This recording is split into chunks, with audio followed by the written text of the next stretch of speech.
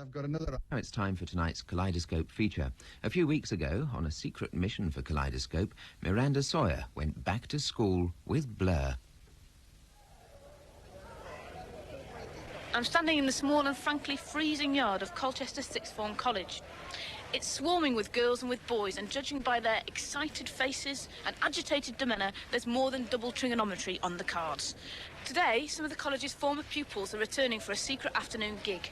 4 old boys used to playing in front of thousands, as popular with 6-year-olds as they are with 60-year-olds. Britain's brightest hope for popular music in the 90s, the band is Blur. I'm Damon and I'm the singer of Blur. Well, I'm Graham and I play the guitar. I'm Alex James, the bass player. And I'm Dave Rowntree, the drummer. And we love them. We love them loads.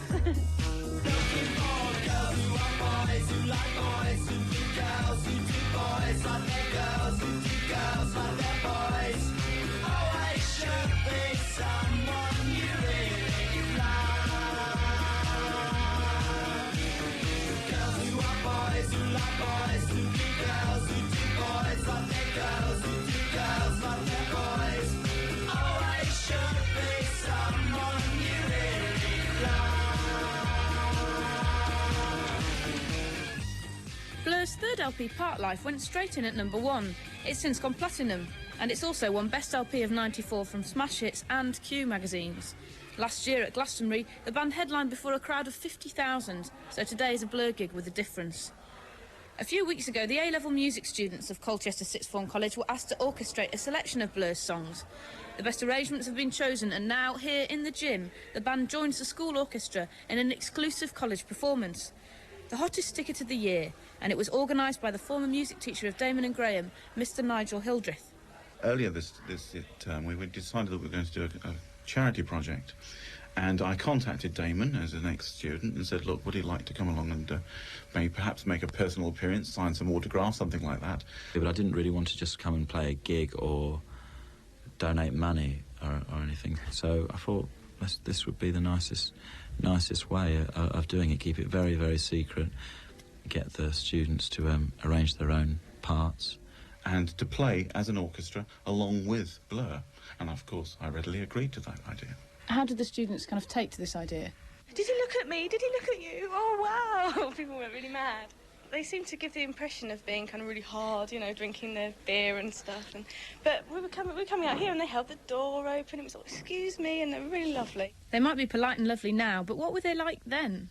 Damon was very much a dreamer, in the sense that, you know, he would drift off in terms of what he was thinking about, and he would be using his ideas very much for his own sort of motivation. It was difficult sometimes to get him to concentrate on the task in hand, is really what I'm saying.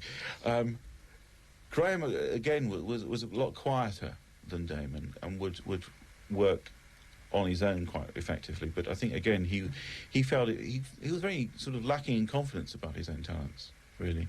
Whereas I think Damon needed outside discipline sometimes to actually get himself... I shouted at Damon so many times, and he came up to me after he left and he said, you know, thank you for shouting at me. And I thought, wow, it could have either gone the other way. It could have really put him off the whole idea of performing, of doing things. But he was often sort of miles away when he was supposed to be doing a task. When he was performing a piece, he would suddenly start doodling within the piece rather than actually performing it. I was too frustrating for him because I'm not very good rhythmically, and I just didn't concentrate enough. No. But, I mean, as far as my composition was concerned, he was the one who really got me on the road. The biggest opportunity that we gave them, though, at school was through the musical productions that we did, the shows that we put on, the operas. Both Damon and Graham took lead parts in those shows. And, for example, Damon was Jupiter, King of the Gods, in Orpheus in the Underworld by Offenbach, with Graham as Styx, who was a commander of the Hades. In addition to that, we had Damon had a lead role in Guys and Dolls as Nathan Detroit. When it came to doing a school production, it was a really good thing to be involved in. And if you were slightly sort of geeky and quirky like I was, it was the best way to pull birds, really. I couldn't do it on the football ground. That performing, that love of performing, I think, was there right from... You could see it in Damon particularly, right from the word go. And he was very much the sort of person who relished the audience and was able to project his personality through an audience.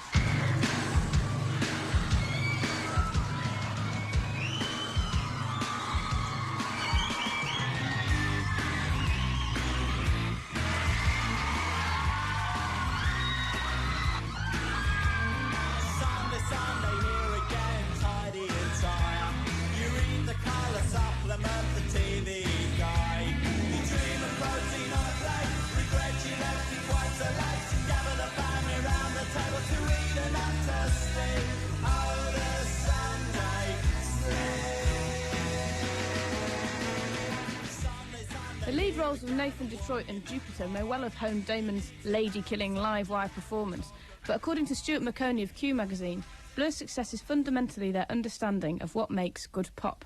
They clearly understand how pop songs work. They're musically quite accomplished. By the standards of guitar groups, they're very accomplished musicians. They've listened to and absorbed a great deal of influences, mainly British. I wouldn't like to make too much of this because it seems to have been slightly overplayed, but mainly British influences from punk rock and Elvis Costello and The Jam through to earlier stuff, Maud and Small Faces and The Kinks. They're not afraid to actually draw influences from quite cookie and unfashionable areas of English music, like the stuff that was going on in the middle 80s, which is not regarded as very much of a golden age of British pop. But they're aware of where all these things fit into a kind of musical adolescence. You get the impression listening to Blur's music that they're drawing on the stuff they've always loved, and you can almost hear a sense of them growing up in the records. Well, we always choose the best bits of all the sort of genres. I think there are a few basic rules, and loud guitars, good tunes. 3 chords, turn it up. Big words, little words. It helps that they're all very cute. It helps that they've got themselves an angle, a very attractive angle in one respect, which is this kind of laddish, I don't know what you'd call it, it's a sort of intellectual laddishness. They go greyhound racing, they drink, they are very hedonistic in that point of view, but they really do much more than a lot of their peers. I wouldn't say all of their peers, there are other good guitar groups in Britain, but Blur are the ones who seem to have the most nous and the most sort of native intelligence about what a pop song can be.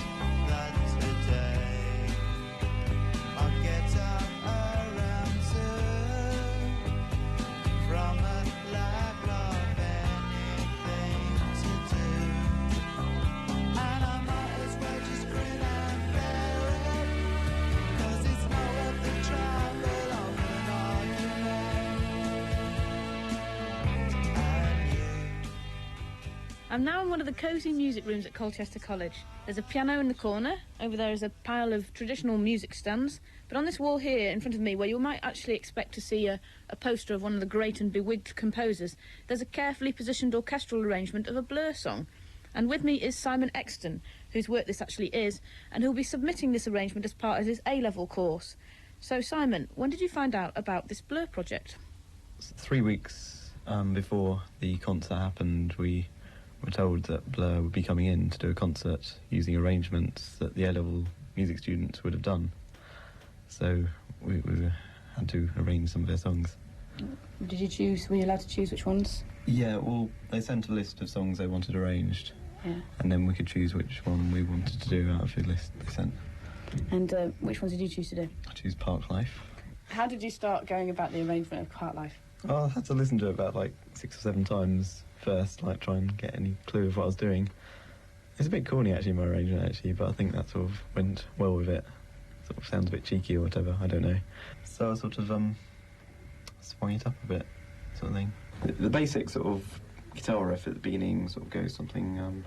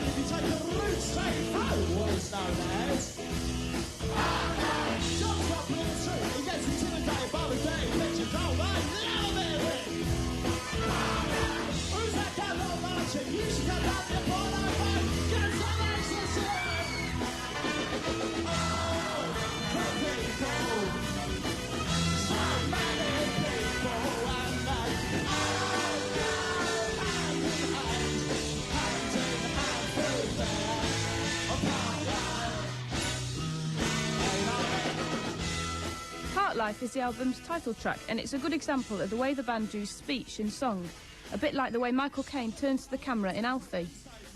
On the LP itself, it's the actor Phil Daniels who's doing the talking. Confidence is a preference for the habitual voyeur of what is known as. A morning suit can be avoided if you take a route straight through what is known as. John's got brewer's fruit, he gets intimidated by the dirty pigeons. They love a bit of him. Who's that gut lord marching? You should cut down on your pork life, mate. Get some exercise. But it was the album Part Life that really set the band apart from their contemporaries. They finally realised the potential of their first two LPs, Leisure and Modern Life is Rubbish, with this diverse collection of slick, intelligent, catchy songs. Some said it caught the spirit of the moment. Others that it was nothing more than a clever reworking of past pop masters. Stuart McConey. I think what's kind of original about it, and also makes it such a durable LP, one you can go back to again and again, is it's a sort of instant record collection. Too many records just plough the same sort of emotional and musical furrow, really.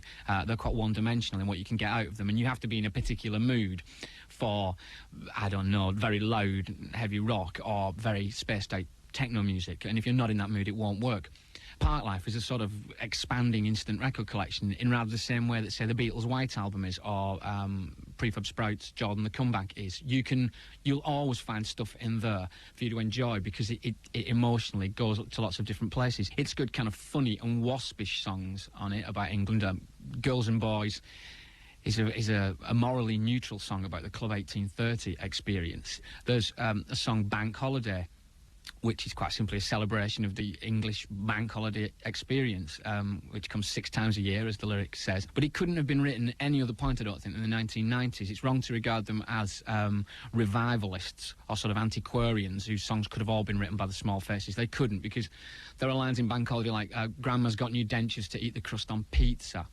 There are references to barbecues. It's quite an intelligent song in that it's a song about an English experience, but an English experience that's been shaped and formed by all sort of modern, plastic, transatlantic phenomenon of a world that's become informed by Neighbours and the Shopping Channel and things like this, which is something that lies at the heart of Blur's music, I think, the sort of plasticity of what we take to be real life. Grandma needs new dentures to eat the crust on pizza. Taken out by her daughter because she got your butter. Kids are eating Snickers because they're so delicious. And the sticky fingers. So mama loses like makeup. My holiday comes 6 times a year.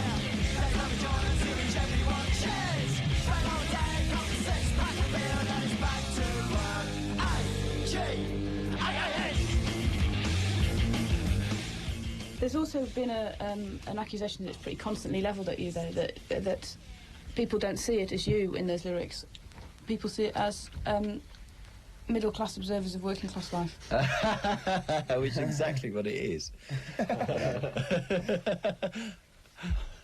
But, you know, the characters aren't all bloody working class, you know. The majority of them are sort of the worst things I hate about middle-class people. You know, the only real... The references to sort of working-class culture are the cover of the album, I suppose, which is dogs, greyhounds. The image on the front of Park Life has been a lot's been made of it. It's two sort of rather aggressive-looking greyhounds in sort of mid-race. That actually was a detail from the William Hill shop fronts, which have a whole series of sports, sort of exciting sports. I wanted to have the whole thing on there, but it just wasn't as strong an image, so we just honed down on the dogs. But the reason behind that was a lot more to do with the inspiration coming from Martin Amis's London Fields and the sort of vulgar character of Keith Talland and all his sorts of vices, of which betting was one. There's quite a lot of characters that are drawn in Blur songs, whether it's Tracy Jacks or whether you look at a song like End of the Century, where it seems, I don't know, I might be wrong, that there's a woman character and a man character. Yeah. They're obviously not you. So who are they? Yes, they are. That particular song about a lament for bored housewives. You know, I'm a bored housewife on occasion, so... You know, that's why I like the Carpenters and things like that. I always feel as though I'm that sort of person. She says there's ants in the carpet, dirty little monsters, eating all the mussels, picking up the rubbish. Give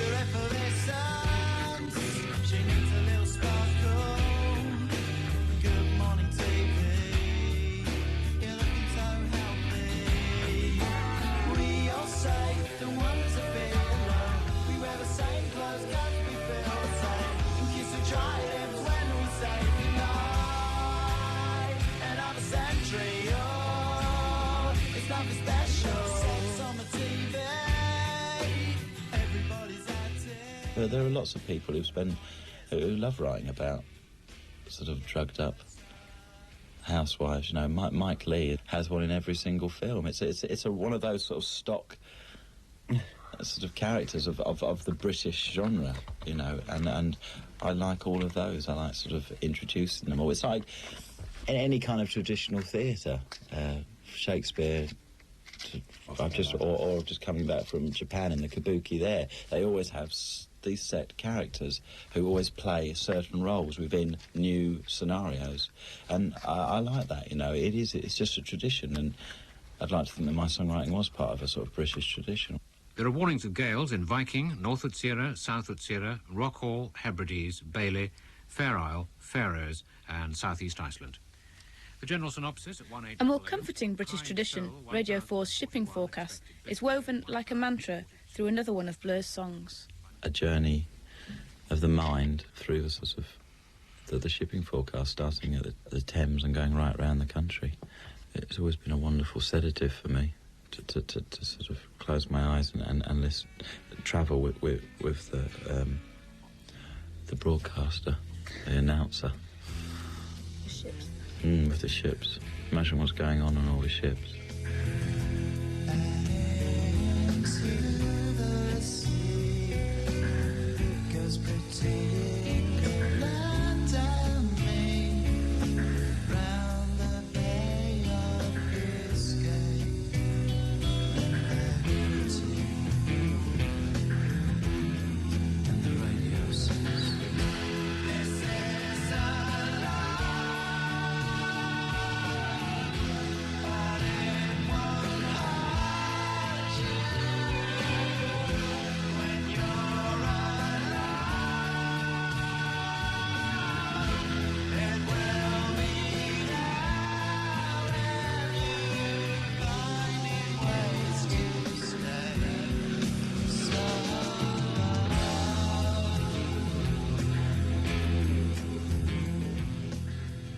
You're listening to something in a language you don't quite understand, all this thing about dogger and rising and falling and becoming good.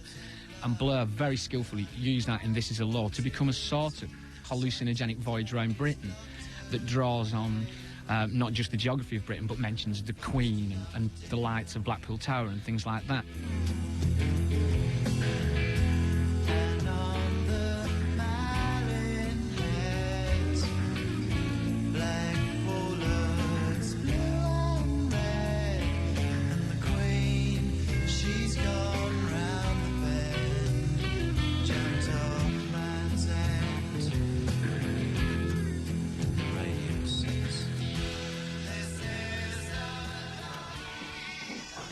Right, so at the beginning of this one, it's got to be quite pacey. Yeah. Right up to the last moment, Damon and Mr Hilldreth are negotiating tempos for Colchester College's big night in. Yeah. Okay, it's got to be. Thanks for all coming. Nice to be back. Okay, orchestra.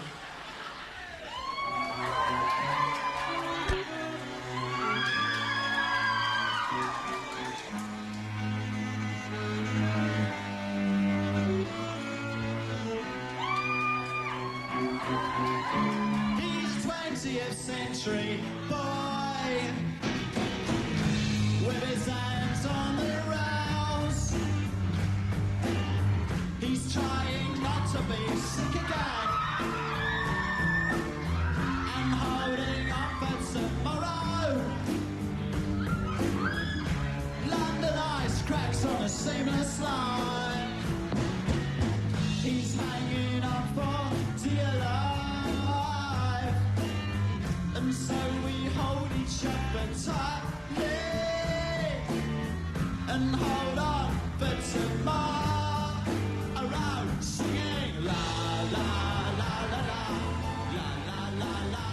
We're used to the audience just sitting there and watching, and when the audience just started singing along and they were free to just do what they liked and jump around. Wasn't it a bit frustrating sitting down and playing? Weren't you wanting to be Well, it out was a in little front? bit, because you really want to get up and start dancing and really join in and everything, but it was really good just watching everybody else do it. People think, oh, you know, you like classical music, you can't be into all this sort of stuff as well. But I don't think that's the case. I wanted to move with the music, but we were told to stay exactly still because we had this little microphone thing and we had to aim towards the microphone.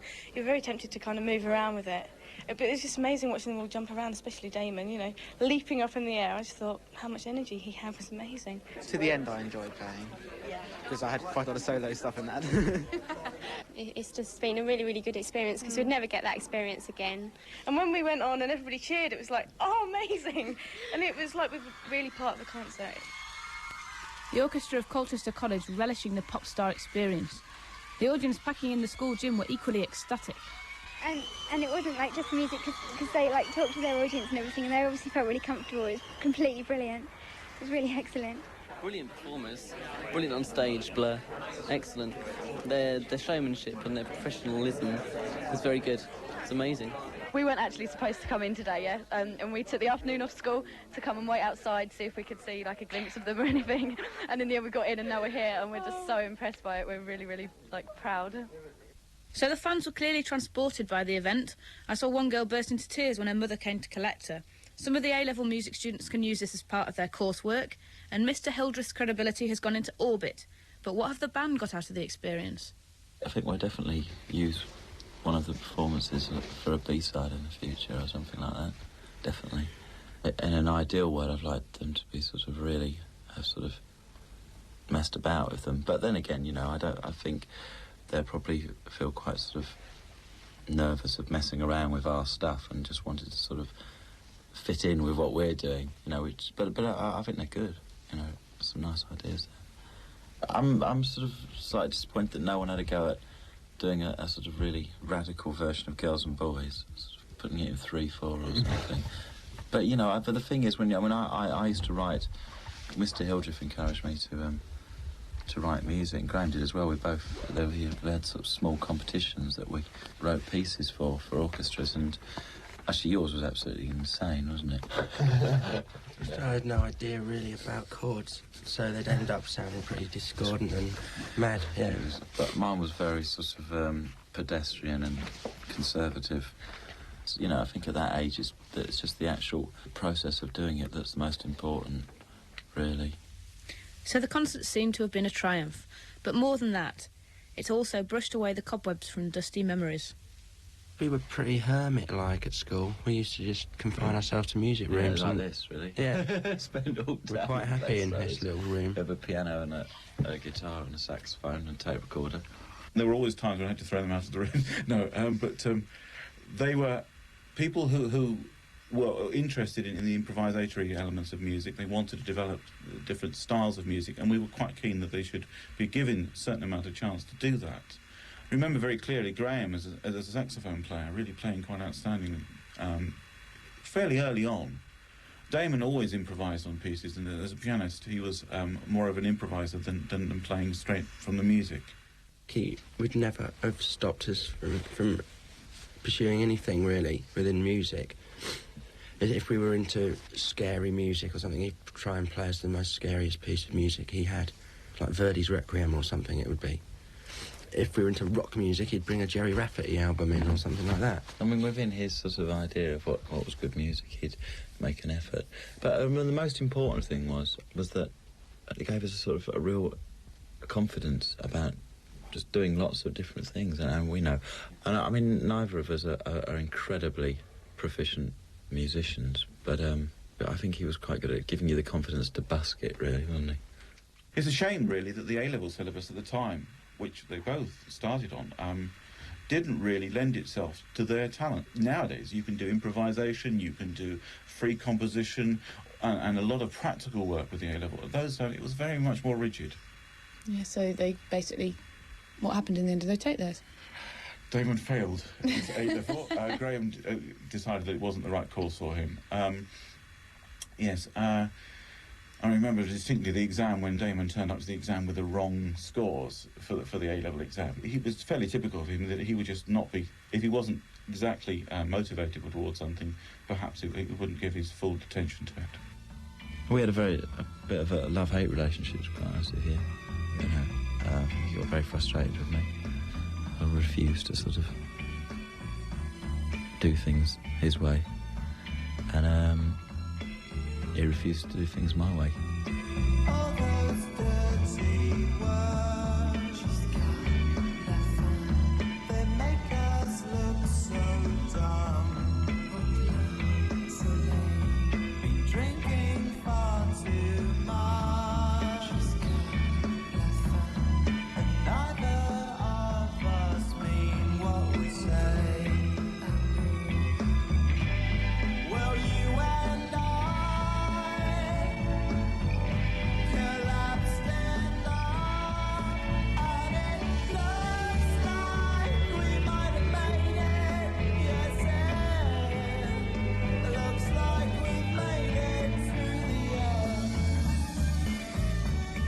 You have a lot of input as a teacher, helping people, and you sometimes hope that they're going to go on and do things.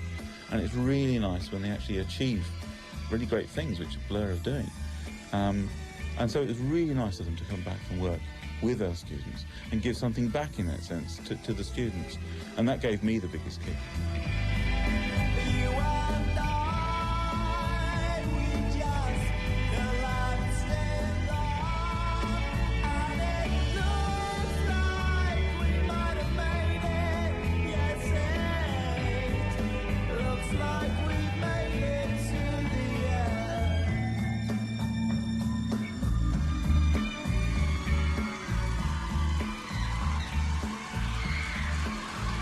Bless you all.